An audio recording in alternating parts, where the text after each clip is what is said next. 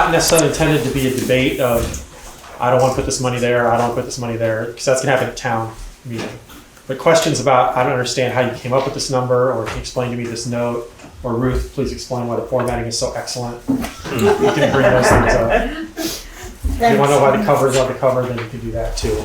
Before we start with just questions, so we have, is Alex here? Oh, you're right there. Yeah, I recognize you. Is Terry, you're here, I saw you. Gabby? I don't see Gabby. And Ruby's here.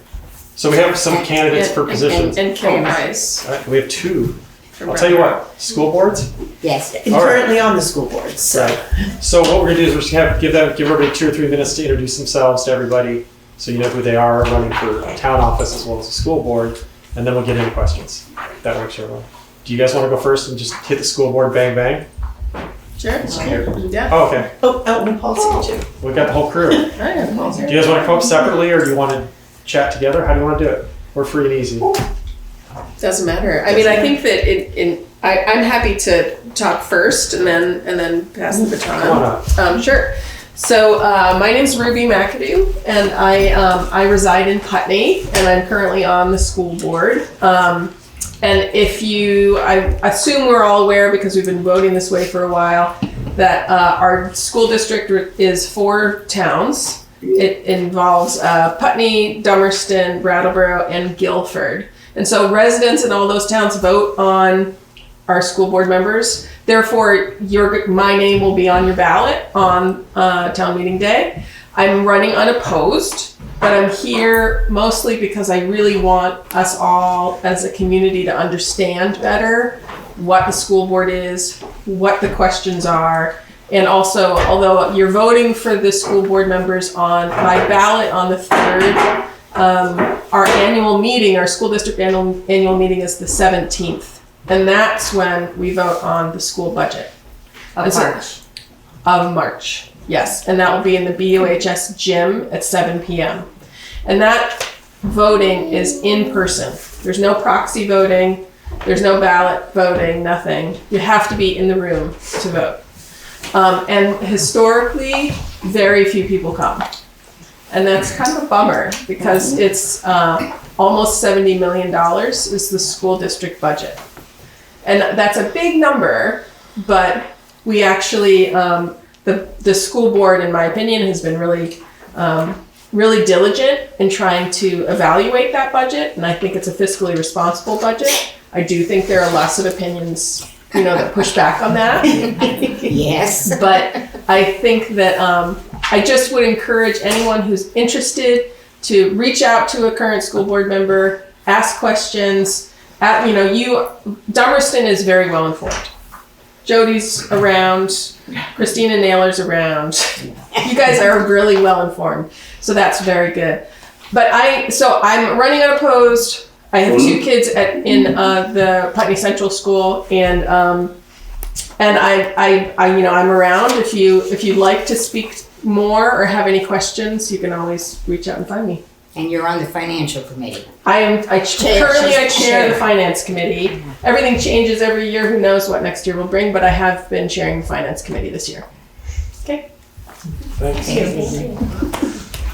I will go next. Put this down, or I'll fudge around with it. I'm Kim Price. I am currently on the district board. I reside in Brattleboro, and I am running for re-election. I grew up in Brattleboro. My 3rd, 4th, 5th generation. Moved away after college and then came back, and both my kids went to academy school, bands, my school, and my oldest was lucky enough to have my favorite teacher that I had in 5th grade. He had her for 6th grade. So, but just, I was on the Brattleboro Town School Board for many years. So I've been working with the school boards, and I love what I do. My kids are out of school now. They're off living their own lives. My oldest works with kids every day.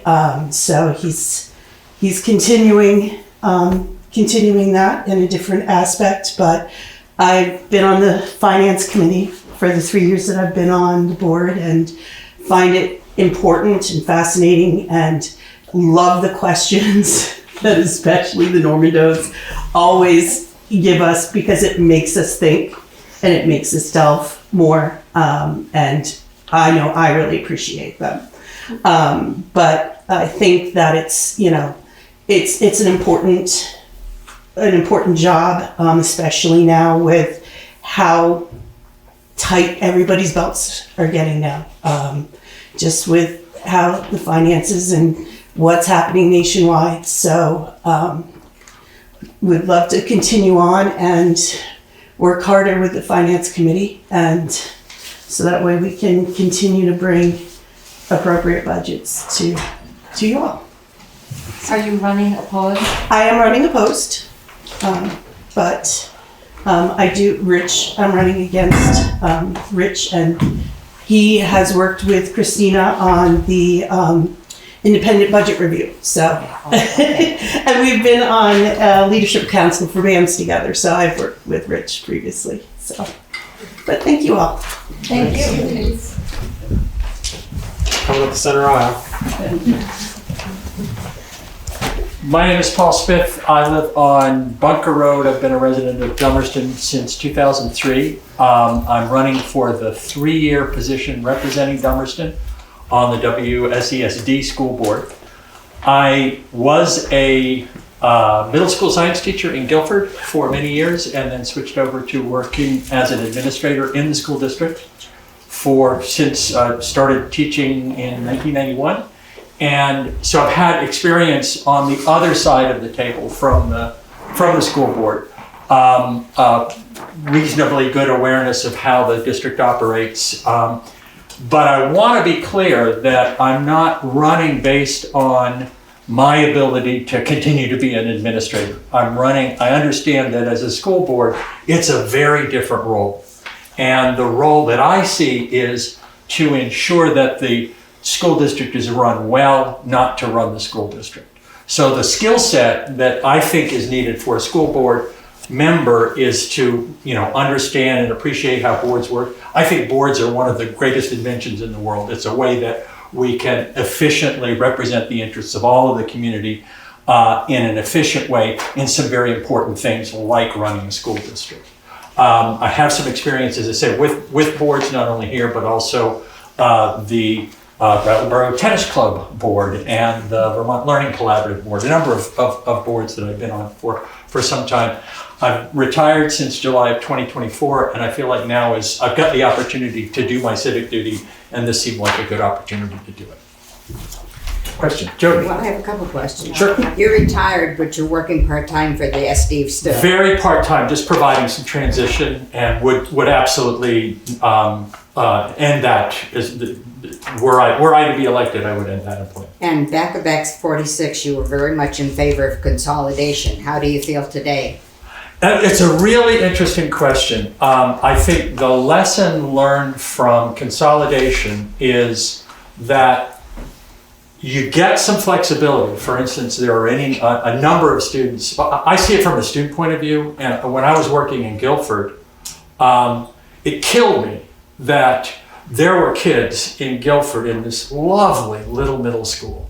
I was one of 4 teachers, and there were kids that I knew would have thrived had they had a little bit bigger community. They were really kind of stifled where they were. And I know that there were kids in other communities that would have done great in the nice little environment that Guilford had. And we couldn't do it because we were different school districts. We can do that now, and we do that. And I think that's a good thing. I think that one of the downsides is the degree to which the locus of control moves from town to region to even bigger region. And I think my question is, on balance, how big do we get before losing that control becomes a real problem? And I think that's where the discussion has to happen. I haven't actually heard that discussion.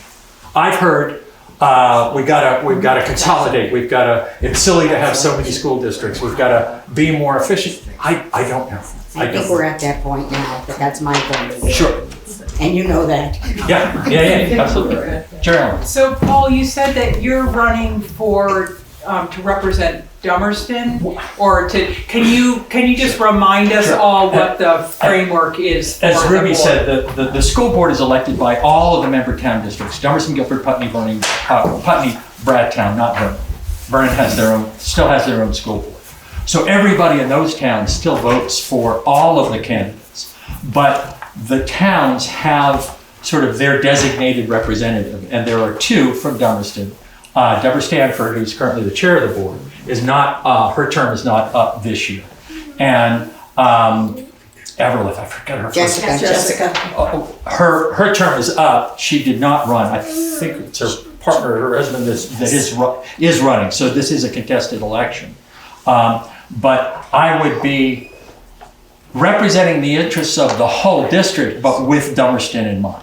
Okay, but not representing Dummerston. Right, I'm just the identified candidate from one of the two identified To make candidates. sure that not all the board members are from Brattleboro. That the outlying towns have somebody with that town's experience. Yes, and that was part of the consideration when the consolidation happened, is Yeah. let's make sure that the voice of those outlying towns is on an equal basis. Thank you. I think Daniel's here. Stand here? Hi again. Okay. Hi, I'm Daniel. Thank you. Thank you. Perfect timing. Yeah, right. You just made it, Daniel. Hi, I'm Daniel Everlith. If anyone knows Jessica, I'm her partner. I think she's been doing a pretty good job. Unfortunately, she can't continue doing a great job, so I thought maybe I'd try my hand at throwing my hat in and You step can in. hardly hear you, Daniel. Sorry. Speak Thought I would up. try to step in and try to fulfill that role. I don't know what else to say right now. It's nice to meet everyone here, and Well, tell me your background. sure, I can tell my background. Yeah. You want to come up and do it for me? Are you sure? I'd be. Well, okay, you go ahead. My background is I'm a marriage and family therapist. I've been licensed for over a decade at this point, and I primarily worked a lot with children and families through a whole bunch of different areas. I've done mostly like what I would call like frontline stuff, like working with children in schools, in the home, in the community, and trying to help build their supports, mostly with like behavioral issues. And I wanted to try to kind of do it from the back end at this point, to try to see how I can help support children and families and my community as well, by seeing how we can help out from that side of things. And how do you feel about consolidation? I don't think I like it. If I can put it that way. I mentioned it in an email earlier to Judy that I think for me personally, like a school, especially in a rural area, is kind of like a heart of the community where a lot of people usually can come together, not just students, but like the families and everyone that lived there too. And that's when it's usually the best spot for people to get together. It's the biggest. It's got a lot of accommodations, and sometimes when there's not a lot going on too in a town, that's a place where everyone can gather and get together. So I think closing them, especially in smaller areas, is not the direction to go. I'd like to have more investment in the community, especially through that area. I think education is a good place to throw that in. Thank you. Thank you. Okay, thank you. Thank you. Alex, do you want to go in case you have someone who wants dinner in a minute? My name is Alex Lockey. I moved to Dummerston 5 years ago. I live on Roll Road. I'm a career journalist. My wife is in healthcare. She is the organizer of Brattleboro Indivisible, if you're familiar with the big group that did the big rallies. I am looking at the Selectboard as an opportunity to serve the community. I like Dummerston a lot. The first thing I did, I read the history of Dummerston, the library's got a great history section, so I read all about it. I think it's very cool. I recognize some of your names from that book in 1808. Not the first names.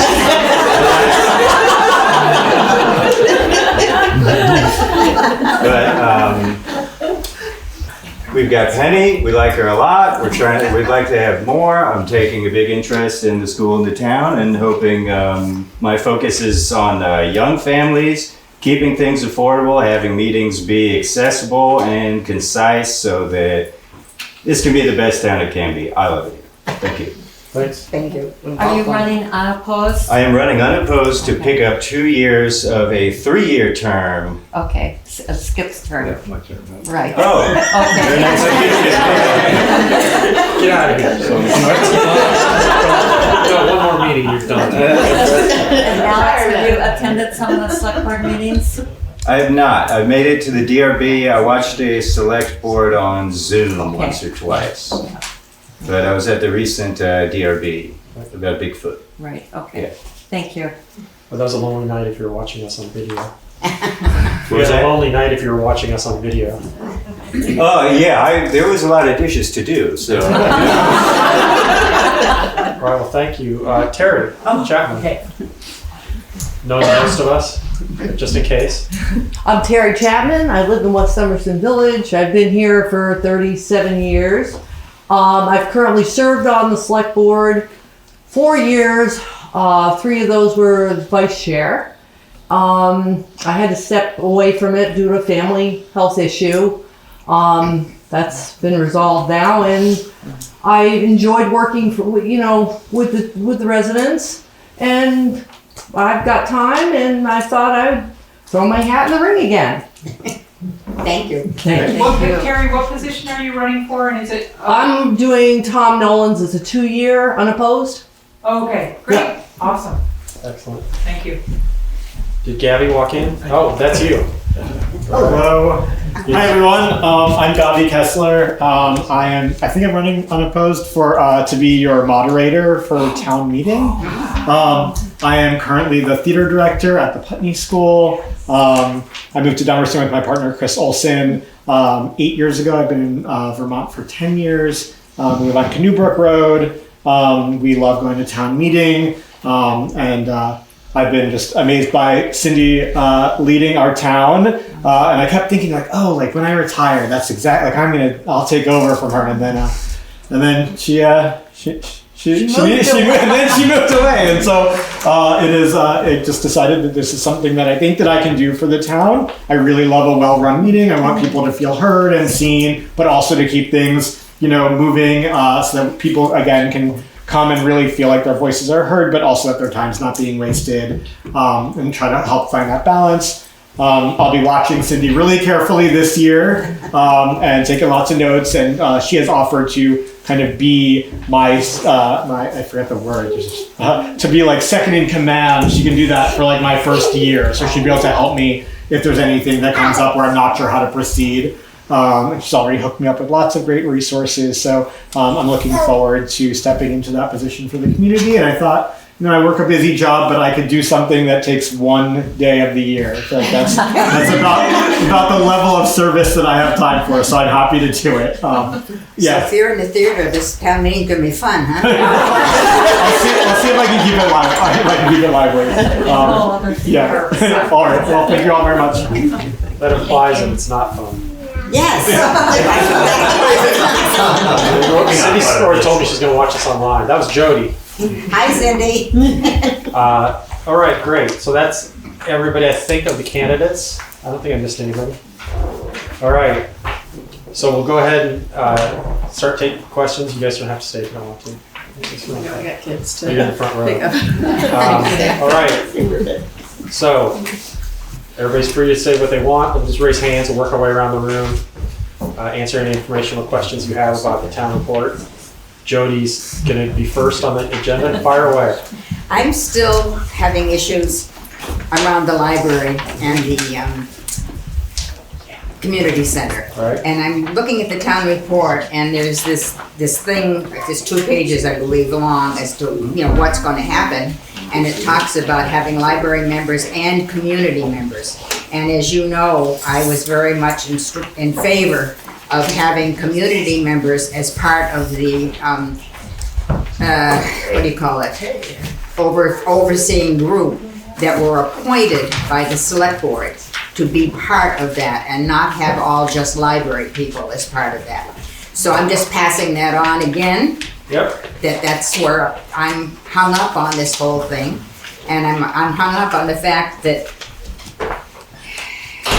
the prices, the expenses of what's going into the library and the community center have gone up so much over the years. And that's an operating, because the library used to pay rent. And now the library doesn't pay any rent, the town's paying the library. So I have some issues with that still. All right.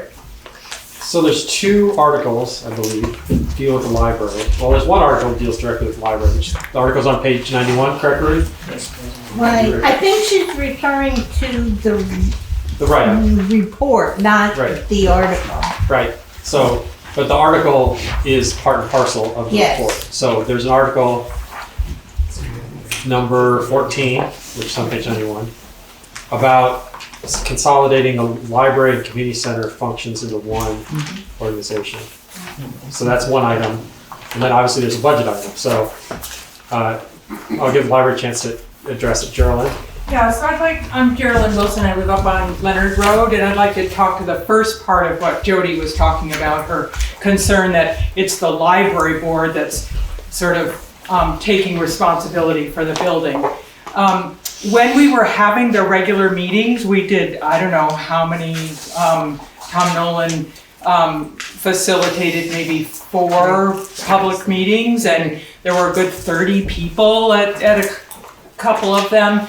And there was an idea that 7 people would take on the responsibility, and so 2 additional people to the current 5-person board would take on the responsibility.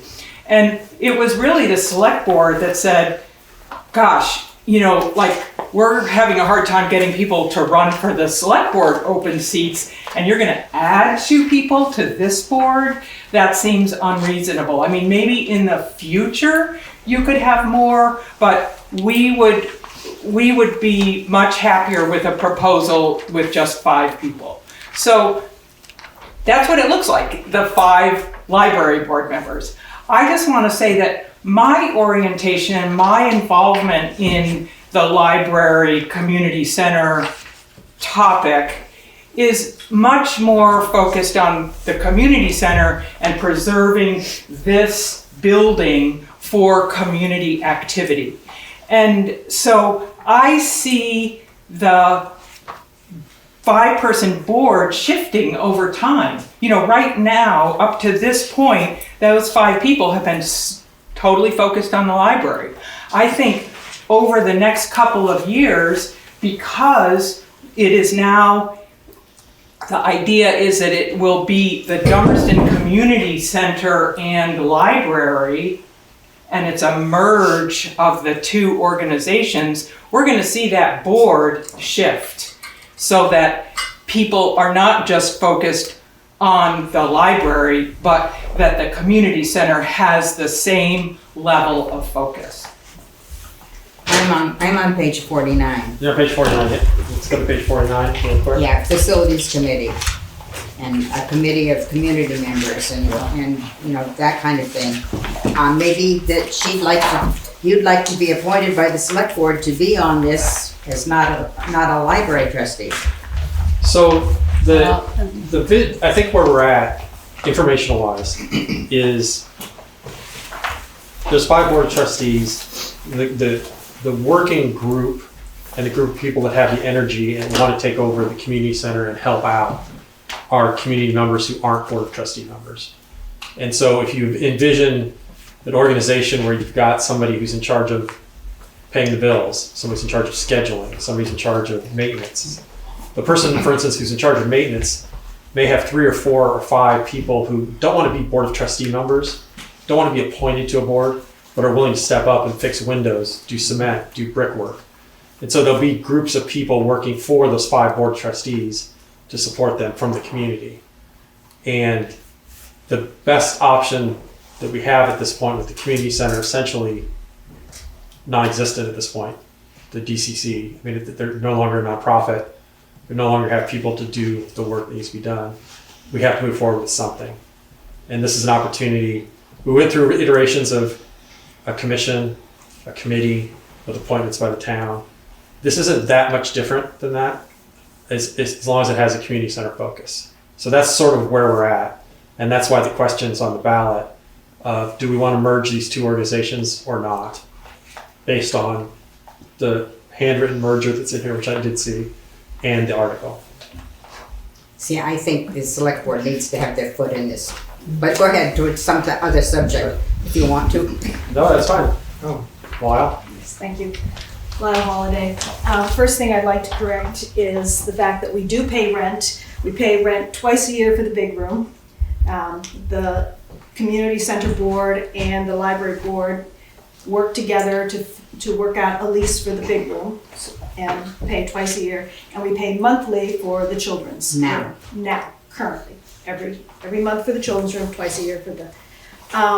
Also, just a point of information for you all, the library trustees have not taken over the building. What we have done is say, for instance, I'm going to be part of the building committee. I'll be the library liaison. I'll go to any building committee meetings, but I'm not in charge of the building. And I don't remember what you are, but every library trustee agreed to be on a committee to be sort of the face for the library, but not to run that portion. So we do still need community members to make sure they're stepping up and taking a part in this community center, because it is not the library's building, it's the community's building. Linda? So also, this is a year of transition, and when we saw what was happening with the community center, and we were occupants of this building, we realized that something had to move forward. So we've had people in the community, like Catherine O'Callahan, for example, who did a lot of outreach and reached out to people to see who would be interested in joining a building committee. And a lot of people did step up. And over the past, I would say from early summer all the way up until now, we've been kind of really gelling all the committees and the structure. And what the library trustees are agreeing to do in this transitional period is provide the administrative oversight that you need for coordination. And we do have that skill set. We're elected officials, we know how to do a budget, we know how to get the bills paid, we know how to coordinate, and that's the service that we're going to be providing. And then to Geraldine's point, going forward, as everything really starts to come together and starts, running smoothly, other people have the opportunity to join the combined board, which will not have a strictly library focus. It'll have a community center and library focus.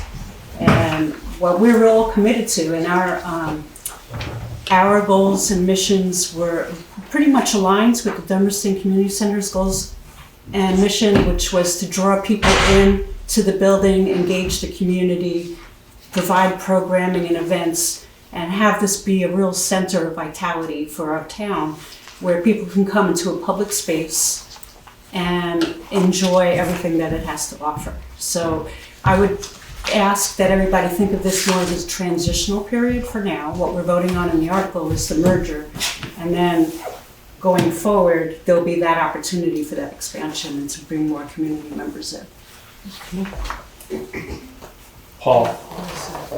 My question is, are you going to keep two sets of books? Are you going to keep a set of books for the community center and a set of books for the library? Because I'm a little concerned about how do you identify what is library expense and what's a community center expense. And, should this committee in the future, there's a lot of conjecture going on here, both in terms of what Todd was saying, in terms of the vision, and conjecture on the part of the library as to how this is going to work out. So my concern is, okay, let's say the library, let's conject on another aspect and say the library said, we don't want to do this anymore. We don't want to be responsible for the building. We want to focus is as it should be on the library.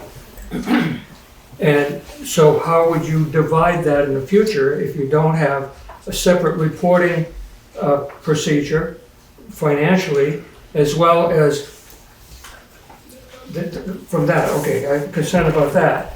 Secondly, Let's address that first before you get on to the next question. I'm sorry? Let's address that first, before you move on to the next question. All Can right. we? All right. So the plan is the operating budget for the library on page 51 will continue to be paid and warranted as usual through the library. That won't change. But The community center money will Can I be just- separate, and Chris Brown will have that. So it'll be two separate accounts. Okay. Secondly, historically, the people who were the community center people were doing fundraisers, and that was helping to offset the cost of operating the building. What happens to that portion, if fundraising is being done by the library, does it go to the library or does it go to the community center? And how do you funnel those various, there's kind of an inherent, well, I won't say conflict, but there's an inherent desire that said, if we're doing the fundraising, we should get the money. Right, so currently Lydia's Friends, which is the Friends of the Library group, does fundraising. And when they do their fundraising, they do it for specific purposes. For example, they did a fundraiser to fund the library passes. So that fundraiser was specifically for the library passes. And then as we were talking with the community over the summer and everything, we realized that yes, there's going to be a fundraising committee, but there's going to be targeted items. So for example, a lot of people expressed an interest in having a playground.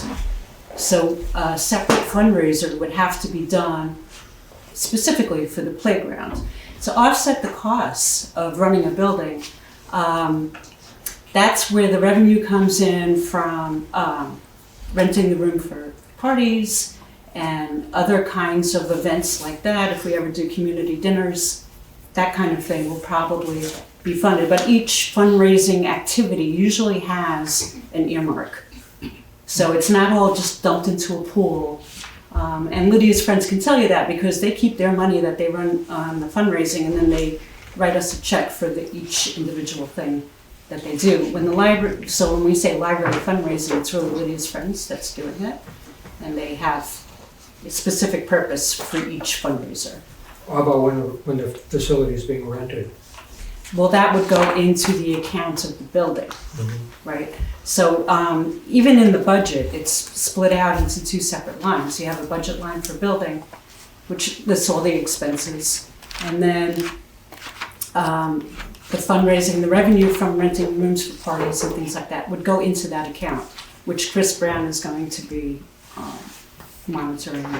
I understand Chris is retiring also, so what happens? Is this procedure going to continue into the future? Another year. Not sure yet. So you got a year to set up a system and then have somebody else step into it. Yep, that's how it has to work. I mean, something has to move forward. Just point of information, Chris is the town treasurer, and that is a treasurer's function. So it's not a different function that's being created. No. That's what happens now. Oh, I understand. Laura? It's my understanding also that all expenses, anything paid for out of a town account will be approved by the select board. The library trustees will still, they have their separate warrant for library expenses. But we never see, by the way, as you know. You never see them? No, the library pays their own, the board of trustees pays their own bills. Right. Anything that's for the community center would go through Chris and would show up on a warrant. I think we shouldn't say it's going through Chris. Well, right. It's it'll ultimately go through the select board, just like the recreation board, the conservation commission, all of those.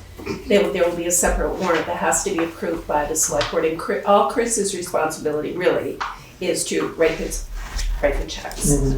But it's approved by the select They have board. a separate warrant. Right. Yes. Yeah. That's my understanding. I don't know if I misunderstood what you were saying. Could you said speak louder? Elected officials? Yeah, the library trustees are elected officials. By whom? By the town. Plus the town. Okay, They're on the ballot. all right. I guess I missed that. Any more library questions, info questions?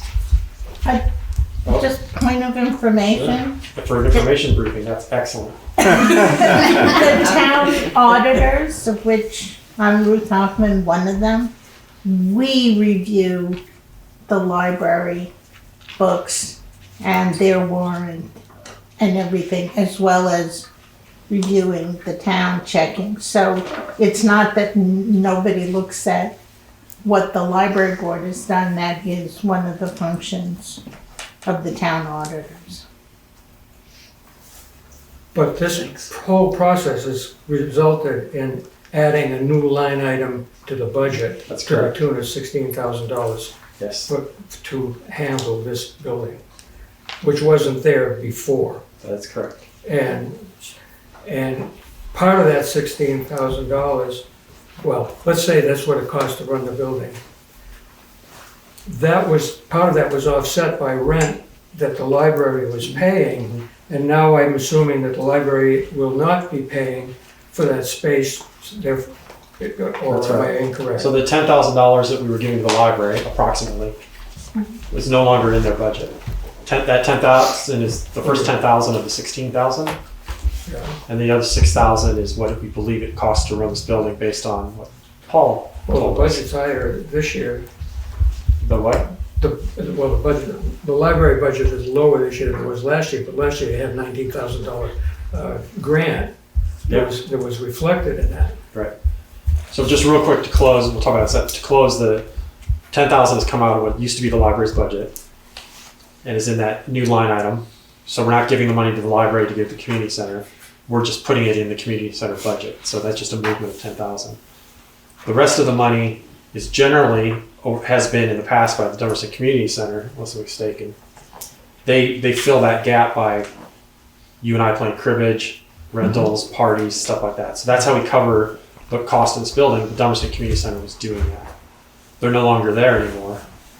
So instead of having a lease with the library and sending money from the library to the community center, there's just a separate line item. So fundraising is $5,000 or $6,000 during the course of the year. That line item is exactly the same, and the line item equals the same amount of money as we were paying before. Now that's separate from the operating budget of the library, which is a different question. Their budget proposal is on page 51 of what they're asking Yeah, it for, was 22 or 23,000. which is different than what we had put in our budget. Yes.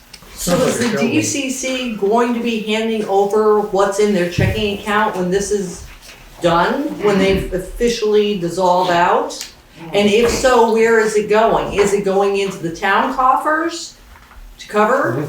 Or is the library gonna take on that portion of the money?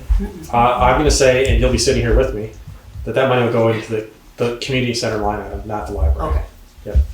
Is there a line item? That was actually brought, this is Tom Nolan, that was actually brought up, we're not sure, because the community center is a private organization. It had nothing to do with our government, our town government, so they were not committal to that, we don't know. We'll have to figure that out, it's a good question. Yeah. I don't imagine there's a ton of money there, but whatever is in there, we'll have to figure out what to do, because they were a nonprofit. Right, I mean, they don't have to. Right. He's correct, that was the question of whether they're going to. Yeah. Is there a revenue line in the budget? I didn't look at the revenue side to anticipated revenue from the community center. I don't believe there is, because we don't know what it's gonna be. But it should be in there next year. So all those things, like any of the, it's not any of the other groups that have money that is given to the treasurer for that line item, you will track that during the course of the year. There would probably be, wouldn't it be under the restricted funds? So there would be a separate report for that? Sure. I would think it would be clear and more transparent for everybody. Yep. All right. Any more library info questions? All right. Who wants to open up another subject? Come on, there's got to be more. Norman knows. Sure. All right, Paul. Sure. What do you got? You know, this is more of a comment. I'm looking at the town's overall budget over the last 3 years. And excuse me for a second while I look at my math. Over the last 3 years, if you total up the increases in the budget, it amounts to 55%. And I think it's more than that, but okay. You think it's more? You think it's more? Well, I had 19, 17, and 12, and I get 48. Well, Okay. Well, I took the total budget from the 24-25 budget. The projected, the one for 25, and this one, and just subtracted the difference and divided it by the 24-25 budget. And came up with 55%. And if you add up the 25 budget was up over 18, 26 budget was over 15, and the 27 budget was over 12. Yet the proposed is over 12. Yep. I don't think this town can continue on that track. I mean, it's just, we're killing the people, you're killing me, you're killing the people who have to pay the taxes. Right. And I don't know what the answer is, Todd, but something, we have to learn to say no sometime. Sure. We can't approve every request that comes down the pike, and expect to have reasonable taxes. And I think our taxes are starting to get to the point where they're not reasonable anymore. Dummerston used to always be pretty reasonable taxes relative to other small towns. Somehow we're surpassing and passing them. So it's a concern. I understand completely. Well, that's because Dummerston keeps saying, well, Guilford is this and Newfane is that, so we need to be this and we need to be that. I've heard that so many times. Right. But I don't think that matters. It matters what we do here for our town. We'll summarize the last three in a second. Carrie, online, you have your hand up. I want to get you before I forget. Do you have a question? Well, I would like to just piggyback off that. I'm Carrie Newton. I live up 2085 Black Mountain Road. And my concern too is about the budget. I don't know if this is the time to talk about it, but I'd like to have more understanding on page 29 about the health and wellness and how it's decided which organizations receive funding and how much they receive. And I guess a follow-up question to that would be like, I don't know if numbers can be given, but like the 4,000 to Groundworks is way out of alignment with the other amounts being given. And I'm just wondering, are they serving a lot of Dummerston residents? Is that why they're getting such a substantial amount more? The health and welfare section is done by the Social Services Committee. I don't think anybody's here from the Social Services Committee. So they vet those and then provide that information to the select board. So I have not been involved in any of the direct meetings. Maria, have you at any point? No. So that would be a question for them. Generally speaking, we look at that and we approve as you see what they come up with for their process. So we have a social services committee that's made up of, what page number is it on? Ruth? 29. 29. Gosh. No, Well, the actual committee write-up. Yes, on page. Back when I made a complaint about that at town meeting because we make our own donations and I'm not sure it's up to the town to make the donations too. And so I got put on that committee. There you go. Well, that's okay. I think Gail was on that committee too. And, we did look at everything that came through. We did talk about whether they worked with Dummerston people or not.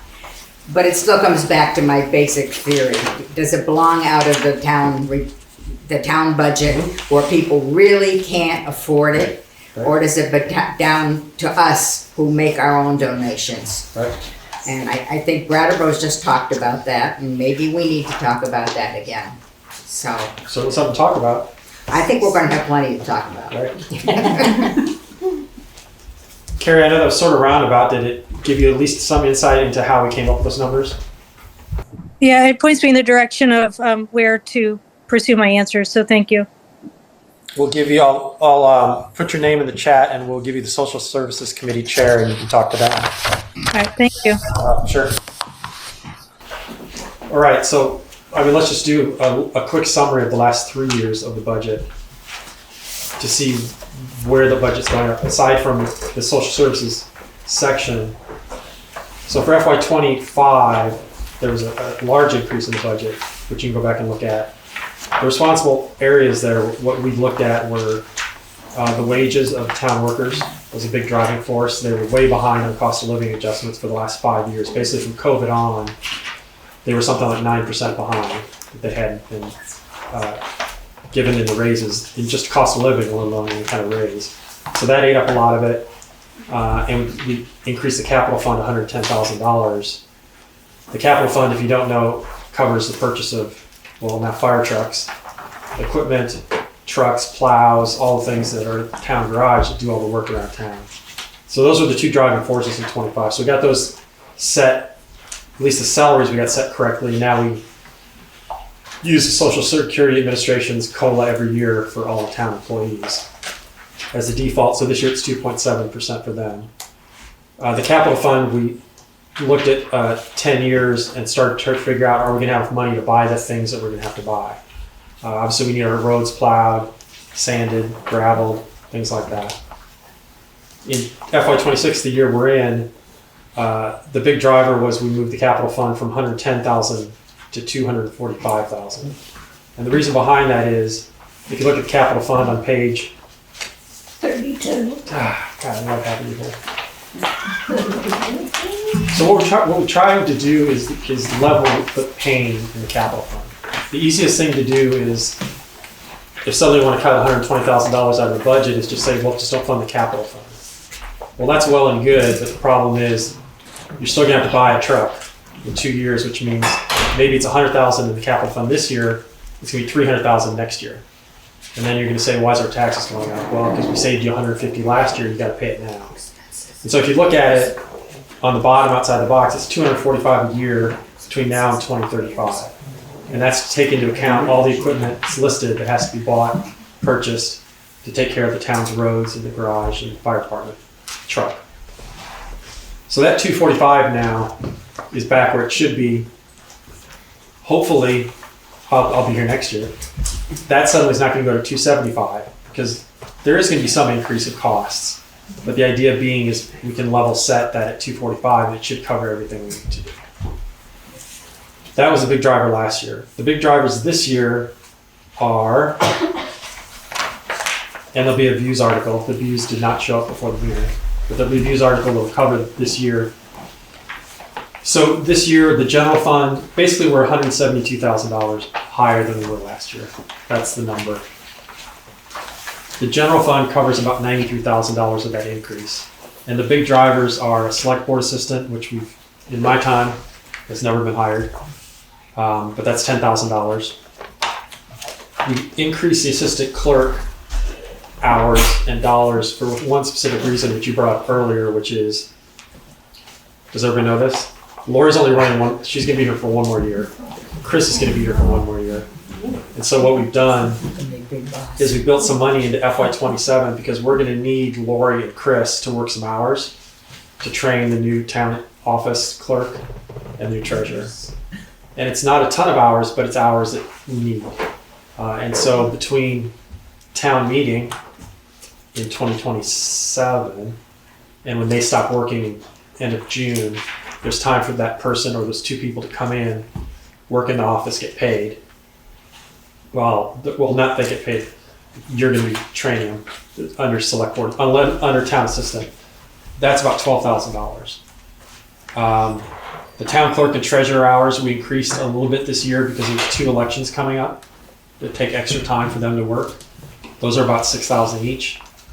Reappraisal fund is going to be $5,000 between now and we have a reappraisal, which we're required to do by law in 2029. And so we have to have monies to pay for that. We get some money from the state, but it's not enough to cover the cost of the full reappraisal. Doug? Yep. On that one, there's been some talk at the state level of consolidating reappraisals in larger districts. And, Counties. and I don't know who's gonna pay for that. Is that town's gonna pay for that or the state? Well, the state gives us X amount of money per year, as you know, Right. towards our next appraisal, but it's not enough. So how they're gonna do that, I don't know. We're just planning on. So you as a select board member have not heard anything from the state as to what direction they're moving in? I have not heard. No, the state just notified us as a town that we're due a reappraisal and have to do it. We added some hours to the sheriff for patrolling the roads and stop signs of town. Excuse They're me? not doing it at the right times. They're not there during rush hour or school hour or anything. I'll have Paul Adler on that. Paul's This listening. morning He's been alone, assigned. I went into Brattleboro. I was doing 27. Car passed me, flying right by me in the 25-mile zone. It keeps happening over and over by the fire department a month ago. I was so mad, I slammed on my horn and I'm there. This is ridiculous. There's an upcoming meeting in March that Paul Adler, who's on the select board, I can see his face. He's hosting here, I think it's March 18th, 16th, 18th? 16th. So the sheriff's gonna be here, Wyndham Regional's gonna be here, their traffic folks. And it's gonna be a chance for everybody to kind of exchange information, things going on. They can talk about things that have worked in the past in different towns to calm traffic, what techniques don't work, and basically it's a chance to start a process of figuring out what can we do to make it better as far as speeding enforcement, stop signs, things like that. And so that'll be hosted. We've tried this so many years, nothing works. It's been a perennial problem. It goes back 20, 25 years. Oh, I know, but More than we that. figured let's reset and figure out what there is out there. So I just don't want it to just disappear because you hear about it a lot. I'm glad I don't live in Slab Hollow. That's the worst place in the world with all these little kids and just flying through that place. Oh, Hague Road is like that. Hague Fallsbrook Road. Yep. So the Dead end roads. real quick to wrap up the general fund, the fire department. I think somebody's here from the fire department. so- Dan just left. Oh, great. I'm sorry. Great. It's No, it's really fine. bad timing. He It's had to fine. move his truck because he's blocking somebody. It's okay. We'll The come fire back to department that. has an additional $40,000 in funding for operational expenses, and which is about 14 of that, and 26,000 for capital funds. And if you look in their sheet, their capital fund is different than our capital fund. So they have fire equipment to purchase, not the truck that's under the town. But most of the hit this year and next year are for self-contained breathing apparatus that need to be replaced, the tanks, the harnesses, things like that. So that portion of the general fund is about 86,000 of the 93,000 increase. Those items obviously can be looked at as big ticket items. The rest of that increase is mostly cost of living for employees, 2.7%. In the highway fund is only going up $12,000, less than cost of living, so 1.7%. The capital plan is level at 245. The structures, another opportunity to save money if people want to in the past. So on page, I wrote down, where's structures fund? Page 15. If you look there, there's a list of all the structures in town. Tell me if I'm right on 15. That's not the list of structures, that's the fund. Oh, that's the fund. 15 is the fund. The list is on. We'll get it in a sec. Page 26. Come on, I'm right somewhere. Yes. Yeah. Yes. So 26 has a list of. Okay, now he shows up. We missed Who you. was talking about it? So that list are all the structures that are in town that we're responsible to maintain. So there's a ton of culverts in town. Everybody who lives near a culvert, if your road's flooding, Lee Chamberlain, who's our road crew chairman, has prioritized that list of items, and the top 10 are at the top that are going to be replaced or have to be taken care of in the next X number of years. Number 11 on that list is the East-West Road Bridge. So that's 20 years from now, but that's not a cheap deal. So what we did is we looked at all the things that would have to be done between now and the East-West Road Bridge, which is what we call number 11 on that list. We took into account the grants we get. We get grants every 2 or 3 years from the state. We subtracted that and figured out how much money do we need each year between now and the East-West Road Bridge to be able to take care of all these things in the town. And that number is $74,000. So that's an increase because the structure fund had nothing put in it last year because we were already fighting with high taxes. So the 74 in the structures, the 80 in the, or the 90 in the general fund, a small increase in the highway fund. Those 12 things or 10 things I just told you, that makes up the entire $172,000 increase. So during budget meetings, which we have, and everybody's welcome in the fall, we have them on off Wednesdays. Paul didn't show up at all this year. I was really disheartened. That's the time to come in and go, hey, what about getting rid of the welfare, the health, the social services? We're open to talking about that, all the time. But taxes have gone up. I'm not saying they haven't. We got everything right-sized at this point after 3 years of paying. I don't think it's going to be bad next year, but I can't make that guarantee. But Dummerston doesn't have a lot of slop. The social services stuff you can look at, I'm not belittling it, but the roads, the employees, the structures, the gravel pit, those things all have to be paid for, right? So that's kind of where the money goes. And I think over the last 3 years, and this is me speaking, not as a board, I think we've got it kind of right-sized where things that we have to do in the future, we'll have the money to do it. If that makes sense. You're on tape. Yep, that's fine. I did my hair. Paul. Just another question on the highway fund. I noticed equipment repairs was $62,700 on a $28,000 budget. Now, how do you deal with that when you've got a line item that says that we're going to spend $28,000 and you get a $62,000 bill? Do you say, okay, maybe we should let this piece of equipment sit there until next year, until we get the money, or we need to borrow the money from another line item, or how do you handle that? Because that seems awful expensive relative to, we spend a lot of money on equipment. Mm-hmm. We buy big equipment, and it seems like the bigger it gets, the more expensive it gets, but to buy and maintain. Mm-hmm. But I'm wondering about, when you get a $62,000 bill, it sort of shocks you. Right. Lee's not here. I don't remember what the big, it's a good question. I don't remember what the big ticket repair was. There were a couple of them over the course of the year. I mean, I do know that the highway fund has to be paid. And if there's money that's needed, it's taken from the general fund. Is that correct? Yes. Yeah. So the two funds are, like the general fund can't poach from the highway fund, but the highway fund can't take from the general fund. So I'll find out what those repairs were, because they were big, and we saw them coming, and Chris and Lee coordinated on those. But I'll figure out what the money came from. It kind of gets your attention when you look at it, Mm-hmm. Oh, yeah. The other Normando? Dan, I think Dan's online. I haven't heard from Dan. Is Dan online? He hasn't said anything yet. It's kind of a pet peeve of mine, and it's kind of humorous, and it's not.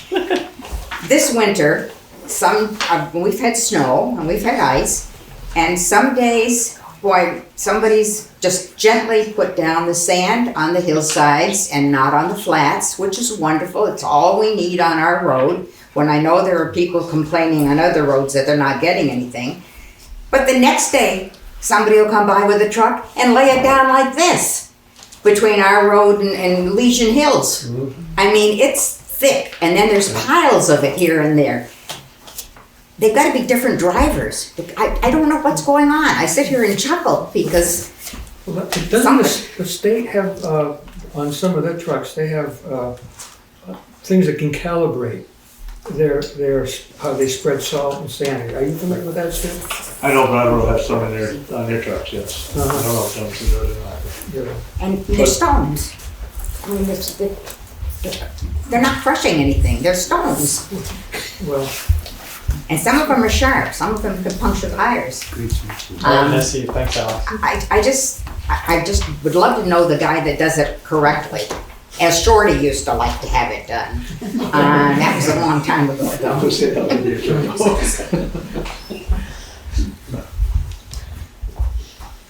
Any other questions? We'll save them for town meeting. Yeah, town meeting. Do them here or town meeting, either one's fine. We're open to anything. At least we're still having town meetings. Yeah. Lori? Did you want the firemen to speak? No, not unless you have questions for them. Oh, okay. You're running for a new school. Yes. Oh, we got one more school. Come on up. Introduce yourself to everybody. Oh, I'm sorry, I know I came in late, I don't know. That's all right. Come on up. Come up front. Here, but Ah, So we can see your face. yes. Okay. I'm Rich Levy, from Brattleboro, running for school board. And I know some of you, some faces, but by all means, if anybody has any questions or would like to chat. I have a question. Yeah. What do you think about school consolidation?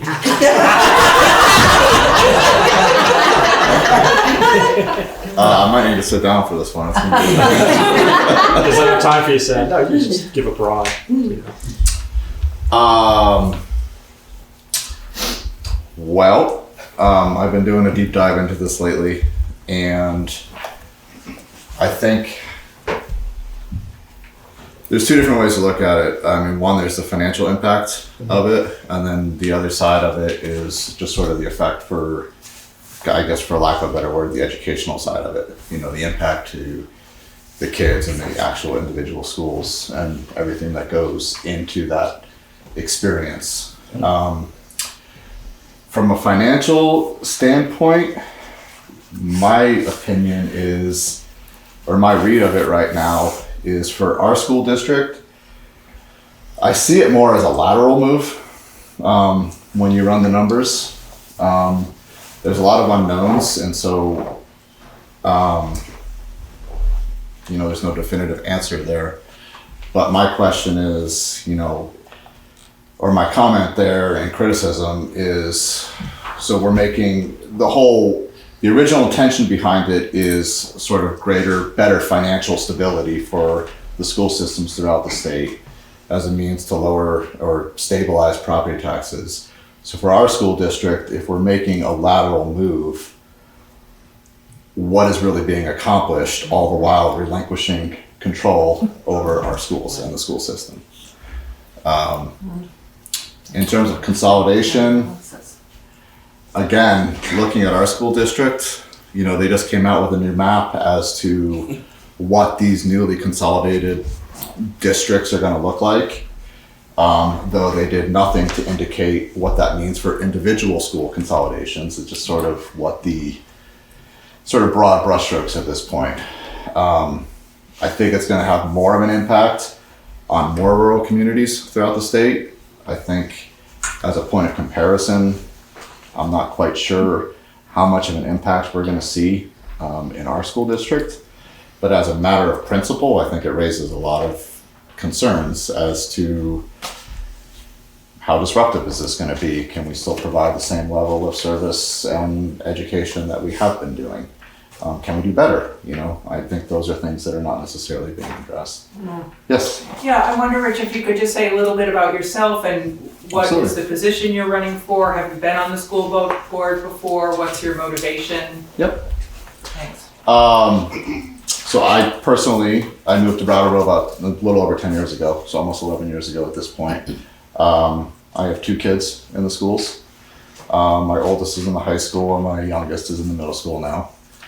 I own a small construction company based in Brattleboro, which, as that translates into some role that I feel like I could serve on the school board, I do have a particular interest in the kind of capital expense end of it.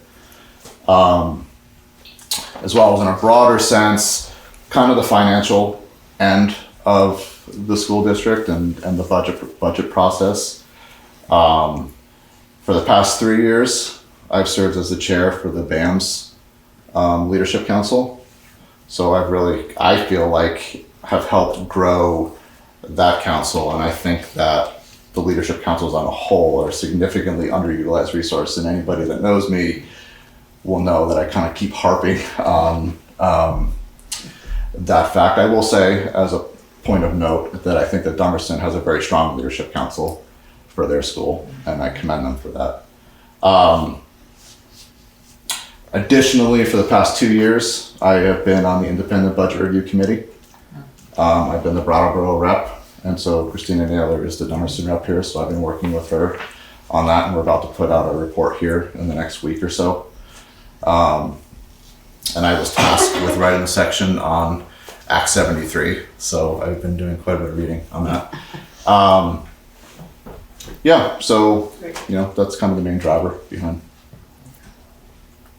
Thanks. Yes. All right. Are you familiar with the question asker? I've seen her around. Okay. Making sure you're ready. No, I feel like, well, two things about the consolidation. NAP just came up now. They've got us with Newfane and everybody else up that direction, and they've got us with Wardsboro and Wilmington or whatever, the other direction. Which probably isn't going to affect us, but it's certainly going to affect them if they have to move to another school or come over the mountain or whatever. So back to that. But where was I going? Oh, the budget. I still feel there's fat in the budget, and I think it's a lot in administration, and I think the budget could always be cut, and I seem to be one of the very few that will do that. I'll go to the meeting again, and I tried to cut it before, or don't get anywhere. You don't get anywhere because you're dealing with I think all the teachers need to feel that they need to come to the meetings. So it's a lot of teachers and all the administrators and everybody are there. And our administrators are paid very well. Our superintendent's up in the 20th percent in the state. Yep. And, there's money to be cut. Well, to kind of, if I could respond, kind of combine both of those issues there. I think one thing that Act 73 doesn't do is does not address the ever increasing healthcare costs. Yes. Which, if you look at if you break down the increases in the budget that's being put forward this year, about a third of that is related to increasing healthcare costs. Yep, that's a lot. And so regardless of what you think about anything else, about the consolidation process of what that may or may not do for education, what that may not do for school consolidation, et cetera, it does nothing to address that. And I think that's the single biggest driver for increasing costs right now in the healthcare system. And the unfunded mandates that are put on us by the state and belong in the general fund. Yep. The legislature refuses to even look at that. They're just saying we're spending too much. Yeah. After telling us what we have to do. So. Good luck to you. Are you running a post? I am. Oh, Kim Price. Yes, this is the reason that I mentioned when I. I'm not going to make you stand here together like I didn't put it together. No debate. No debate. That's free. Well, thank you. Yeah. Appreciate it. Thank you so much, guys. Good luck. Good luck to you too. Oh, Thanks, man. All right, so we'll wrap up the info session. You can stretch your legs, but you're all staying for the select board meeting, right? Lock the door. We'll start the meeting here in just a couple What do minutes. we got to talk about tonight? Oh, yeah, real quick. Sure. I want to make one comment as myself, not as town auditor. Let's be interesting. That in terms of the budget increases, I am extremely in favor of what the board has done with salaries to bring them up from the disaster that it was during the pandemic when everything was level funded and we were falling way behind. And my personal opinion is that it's very important that we have well-paid employees so that they stay here doing the great job for Dummerston that they do, and they don't go elsewhere because Newfane or Putney or someplace else is going to pay them a living wage. So I just want to say personally, that I think that's extremely important, and I would rather cut other places than cut our employees. And as you walk out the door, just bear in mind, we've just come up with a recommendation for the budget. You guys have to say at town meeting. If you don't want money in there, then stand up and say you don't want it. If you want more, stand up and say you want more. But it's up to everybody else to approve it. Or you just come up with a recommendation? Oh, the fire department shows up again. Unfortunately, some of the people who really, really, really can't afford it don't come to town meetings, so. Right. Because they're trying to make a living. Yeah. We should have town meeting at night. Or On Saturday. All right, so we're gonna start the select board meeting. All right, so it's 7:16 on February 18th. We're at the community center. This is a normally scheduled select board meeting after an information session. There's two changes to the agenda. One, under the approved payment, instead of Conservation Commission 4, it's Rec Board 4. And we're going to add just a quick discussion under correspondence for discussion on Senate Bill 255, which is about community policing. There was a meeting in Wilmington on Monday night about that, and I'll just give a little brief on what it was. It's something being spearheaded by our representatives, actually, in the sheriff. So the first thing we need to do is review and approve the minutes of February 4th, which was a normal select board meeting at the town office. I'll make a motion we approve the minutes of the February 4th select board meeting. I'll second that. All right, seconded from Paul. Any discussion on those? All right, all those in favor of approving the meeting minutes from February 4th, say aye. Aye. And all those against.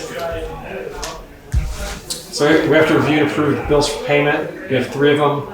Warrant 17, 17P, Rec Board 4. I'll make a motion that we pay warrant 17, 17P, and Rec Board number 4. I'll second it. All right, Skip seconds that.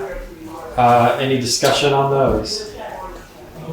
As a summary, warrant 17 is general expenses. It's 230,000 plus, a little higher than normal than what we see, but big hitters on that is 122.5, the second half payment of the capital fund for this year, as well as 55,000 to the fire department for operations and 20,000 for the capital fund. Those were all budget items from last year, so those were second payments. So that's why it looks larger than normal, because that equals almost 200,000. 17P is the payroll for the town employees. It's just under 12,000, which is again right where it normally is. And Rec Board 4 is $528. It's for various equipment, I think, for playgrounds, basketball courts, money that they have in their account. This is just payment of that. So I'll make a motion to approve warrant 17, 17P, and Rec Board. There's already a motion. Oh, there is a motion. All those in favor, yours down here. All those in favor of approving warrant 17, 17P, and Rec Board 4, say aye. Aye. Aye. All those against? Road foreman's report. I need to talk to Lee. The road and bridge standards he needs to sign. It's in our folder. I'll get with him. It's just an annual report to the state. Correspondence information. The natural disaster areas, I think, just was published through Wyndham Regional, so I'll review that. There's nothing else in that list right now that's of interest to me. Anyone else have anything on that list? All right. Senate Bill 255 under correspondence for discussion, we added it. So basically what that is in the Vermont Senate, they have a bill called SB 255, which you can look up. It's like 9 pages. And the idea behind it is a test that will run for 5 years of consolidating the policing for Windham County. So essentially the sheriff, so what we do now is we pay by the hour. So we say we want 20 hours a month or 24 hours a month from the sheriff, we pay an hourly rate, and they patrol the roads of Dummerston. What they envision with this is that of the 24 towns in Windham County, some number of those towns would agree to be part of a budget package that the sheriff would put forth, and there'd be representatives from the towns on a committee that would review the budget, and then that budget would then be paid by the town through property taxes, which is currently how we pay anyway. The most important takeaway from the entire meeting is, in order to join this consortium, it has to be through a town meeting. So there would have to be a special town meeting, and the town would have to vote to do it. It's nothing that they can impose upon us. If we don't want to do it as a town, we're not going to decide up here. The whole town will decide. But a lot of things still have to be worked out. So basically, if you think about the idea of if he gets 15 of the 24 towns, he knows how many people there are in those 15 towns. his budget would then essentially be divided by the number of people that are part of this group. And then that would be multiplied by how many people you have in your town. That's what you would pay. And the group that they would have in charge of this would have metrics, would have reviews, would have quarterly meetings to see, are you doing what you told us you were going to do? Are you not doing? And if you want to leave the group, you just have a special town meeting and you vote out of it and you're out. And then it goes back to some form of contracting for what the sheriff does for us. So what I learned from him, and I already kind of knew this, he has a weird set of funding. So he's different than the state police. They get $110 million a year to do state police stuff. What we get him for is his only budgeted item that he gets from the county is transporting prisoners. And if he's watching this, I hope I get it right. Transporting prisoners, serving papers, traffic enforcement. Everything beyond that, he does not get money for. So anything else, car purchases, officers, animal control officers, all that comes from the budgets and the money he gets from the towns. So the money we pay every year, that every other town pays every year, that fills out his budget for equipment.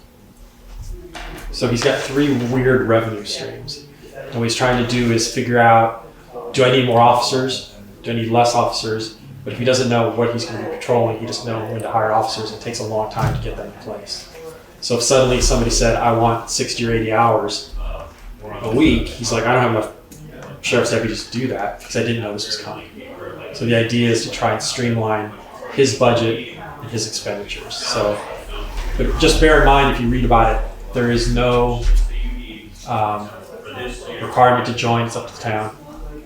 And so if it comes out in the summer or after the session, we would have a special town meeting with more information about whether or not we're going to join this. So that's what SB 255 is. But he wants to do it through a county tax, through a tax base. Yeah, so basically the budget would be approved by whatever committee there is, which has a representative from each town. It has to be a select board member. That goes to which I didn't realize, you can close that, yeah. That goes to, I didn't know this. There's judges that approve all this county stuff. So we would go to them and they would approve it. And then essentially we would have a line item that would be added to the county taxes. That money would just be serviced through the county. Right, but it's still it's a tax that can change drastically. And I personally think a contract is better. Yep, and then we'll have that discussion. Yeah, yep. So there's no, again, you don't have to join. And the theory is, his theory, at least for working out, and they're version 2 of this bill, so it may change. It's pretty easy to read. It's fairly interesting. You can get it on the Vermont website, the Vermont legislative website, look at it. But that's just something coming down the road that'll be asked about. If he doesn't get at least 5 towns, it's not going to happen anyway. And if it ever gets to the point where only 1 town is left because everybody else is bailed out, it'll end. And after 5 years, it'll end regardless. So it is a test. It's not perfect. and it is all spelled out that way. Yeah, the proposal. So they had the Wilmington meeting, and a lot of those same questions came up. Oh, yeah. He was there, and he answered all of those. All right, new business. Paul, do you want to give us an update on the water situation and what happened and where we're at? Okay, the water samples came back better than I had expected. The only thing that was kind of bad is our hardness. The hardness is what they consider severe or very hard water. Okay, anything over, I believe, 160 or 140 is considered very hard. And ours is in the 200s. It would be my recommendation that we get a softener in the church basement. I don't know who owns it, who would be responsible, but just for the equipment, like the furnaces, the pipes, the fire truck, fire equipment. That would be my recommendation at this point. Just to correct one softener for all those buildings is enough because it runs through the church. Right. Right. All right. I guess we'll have to talk about that further. I don't know how much you want to find out, just an estimate of what it might cost, and then we can talk about it again. Sure, I can call and get some estimates. All right. Bring it back next meeting. We'll talk, and I don't know where we'll get money, but we'll figure something out. Okay. We'll do it. Anybody have any questions on the water situation? Does everybody understand what happened? Assign articles for town meeting. Maria, I want you to be the assigner. Oh no, we usually pick. Yeah, we usually pick, but I think it's kind of standardized, right? All right. Well, do you just want to have us scream it out if you want it? Fight. I mean, normally I did the general fund and the general fund, the highway fund. Yes, which is, well, let's start at the top. Article 2 is going to be you. All right. I told her she was going to sign them. I'll do Article 3. All right. Did you read the article?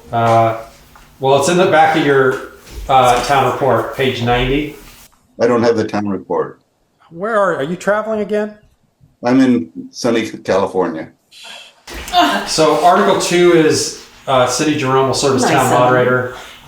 Article 3 is we're going to accept the auditor's report. Maria will do that. Article 4 is select board to appoint a receiver of delinquent taxes.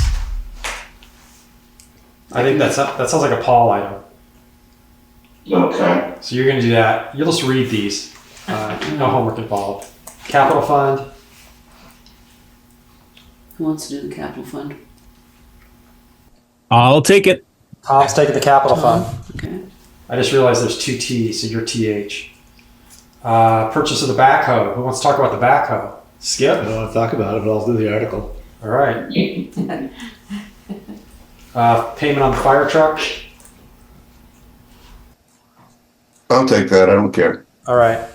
We all care. Article 8 is the general fund. Article 9 is highway fund. I'll do both those. Who wants to do blasting and crushing, which is the coolest one to do? Me. All right, Tom.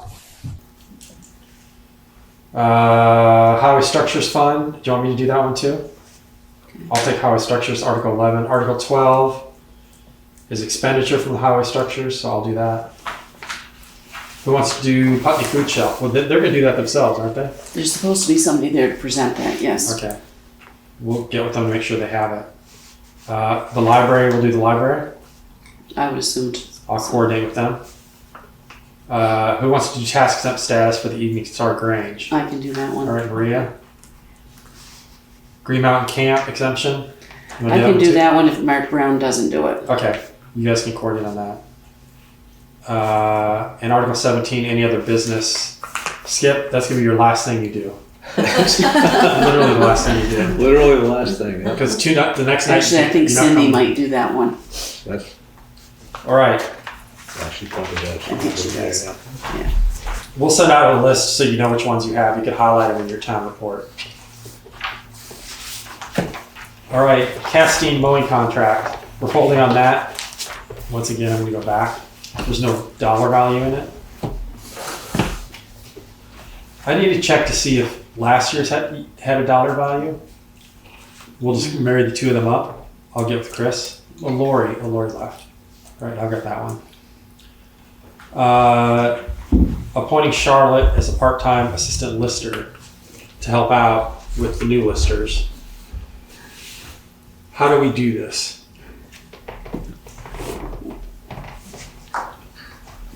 How are we going to pay for that? Right. It's not in the budget. Nope. Well, there's a discussion. So is that to take effect immediately? After town meeting. After town meeting, so it's in the current budget we're in. Right, so that's pretty much immediately, so. Yeah, yeah. Can I ask which listers are resigning, or who are the new listers? I don't know who the new listers are. They're voted on. So Yeah, Charlotte's not running again. Charlotte's term is up. She's not running. Right. She's willing to be appointed? No, there is somebody running, but the listers have requested that we appoint Charlotte as an assistant lister so that she can help train whoever is elected. Was it anything put in the budget for July 1st? No. Nope. So there's nothing in any budget for No. this? Nope. That's part of the problem, as we found out with Chris and Lori, is Which knowing is in why advance you're doing that for next, helps. the next, Right. the current, to be voted on budget. Right, So for that there'll next be time around. something. Let me talk to Charlotte and see what her intent is. Is there somebody running as a new lister? I believe so, yes. Yes. But I don't think historically we've ever had anybody come in to help out and pay them. Right. No, I don't think so Yeah. either. So let me talk to Charlotte and see what Yeah, do we have any idea of the numbers? How much? It depends how much she thinks, her and the listers, how much help they think somebody might need.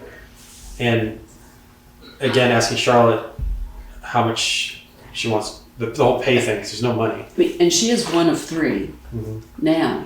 So I guess I was curious why the other 2 that Two are can't remaining can't train the new person. Yeah, that's Because what they tend to be there at the same time. Oh, they're all, They're all- yeah. they're all there at the All same there at time. the same time. Yeah. every Tuesday and Thursday morning. Right, exactly. Let me talk with them and ask them why.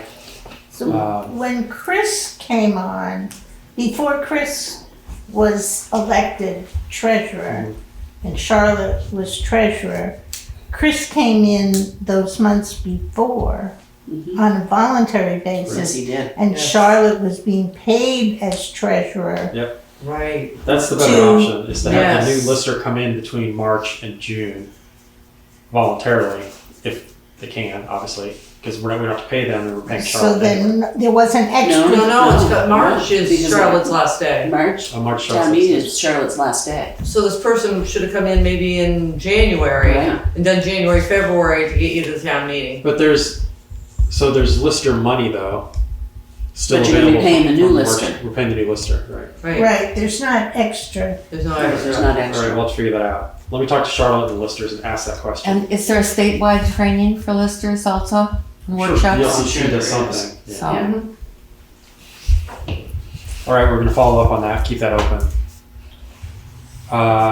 Unfinished business, property line at the community center. Wait, What is? what is this one? So this was Yeah, go ahead. out here. Yep, That was brought up months ago, and yep. I was asked to put this on the agenda as a follow-up if we've ever followed up on that. I did. I talked to Roger and we looked at the maps. My understanding, and he approved the permit. So the fence out there is not the property line. The fence is where the fence is, but that's not the property line. So if the question was, which I think it was this new 2-story garage living space that they put up, was it in violation of the code? It's not. So I mean, obviously he reviewed it. I looked at the maps after we brought this up a couple months ago, and from my layman zoning, it's within limits of the property. It doesn't violate any So zoning. do we need to move the fence? I don't think so, not unless somebody wants to ask to move the fence. I mean, all the houses along here, Catherine's, that house, the next one up to the road, I think, are all very close to the fence. So either they're all in violation or none of them are. So So our fence, so the fence, where the fence is now, is on somebody else's property? there seems to be some question of when the fence was built and who made that decision to put the fence there. So I don't know, but the fence is not the property line. So then if it's over on their property, then we should move it back onto the town property because that's the town fence. We could, but if they don't mind having it on the property, why would we pay to move it? That's just my question. It doesn't mean we can't.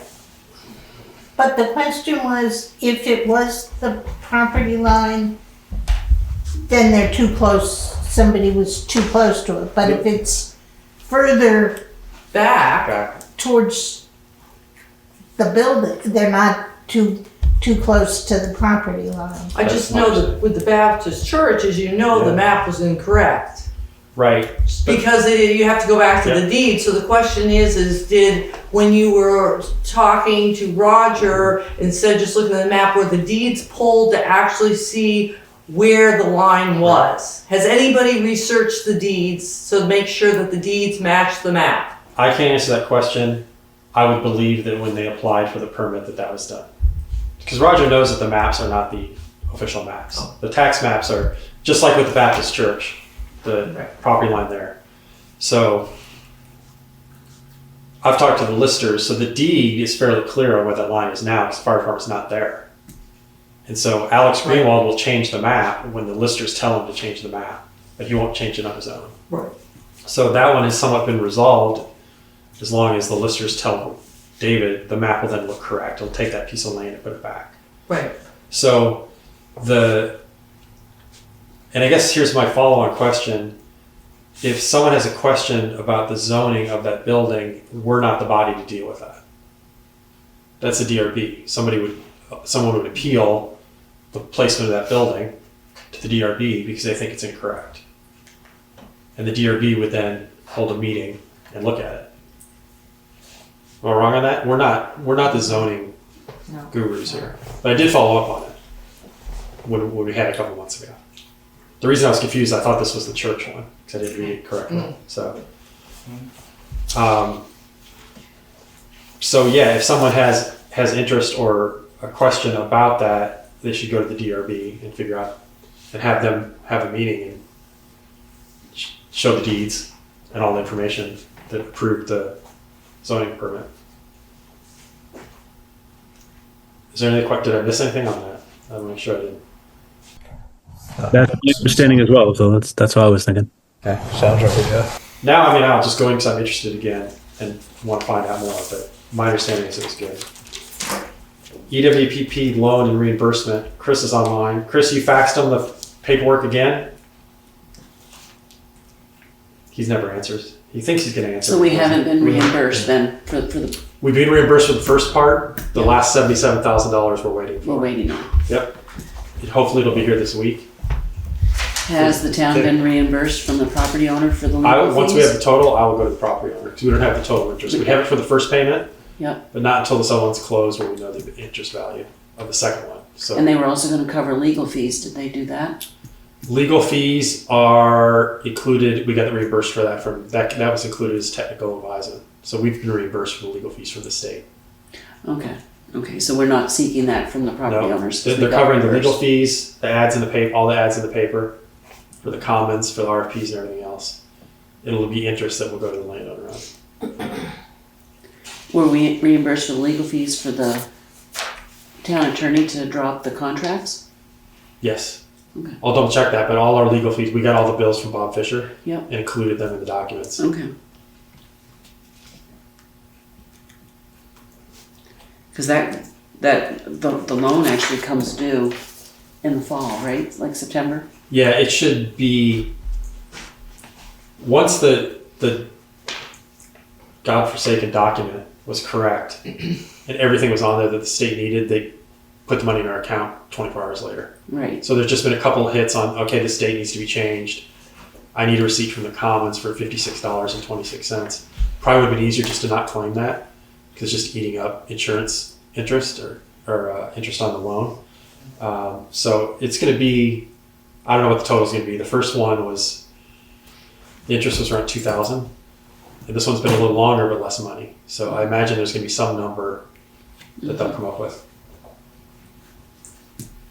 Is there any other unfinished business? I didn't recognize visitors of public comment. Yes. Gail, I'm so used to you being here. I would like to thank Skip and Tom for their service to the community. Yeah. I know it's a challenge and it takes a lot more time and a lot more things come up than you ever anticipate. And I just appreciate both of you being willing to do it, and thank you for your time here. Thank you. Thank you. Yep, it's been great. That's it. This is the last meeting for both of you, so Yep. Yep. it's too bad. You sure you don't want to, you'll be in the audience though. Well, maybe. All right. Is there anything else that anybody wants to bring up? Our next event is town meeting on March 3rd. We'll have a regular meeting on March 4th in the town office at 6 o'clock. And the speeding and traffic will be on March 16th here. And again, that's just an opportunity for everybody to somewhat vent and get information from experts who have background on what works, what doesn't work, for traffic calming, for speeding, for anything. And then we'll just kind of take all that in and consider ideas that we might have that we can do. I don't have anything else. I'll make a motion to adjourn. All right. All right, we're adjourned. Thank you for everybody for coming.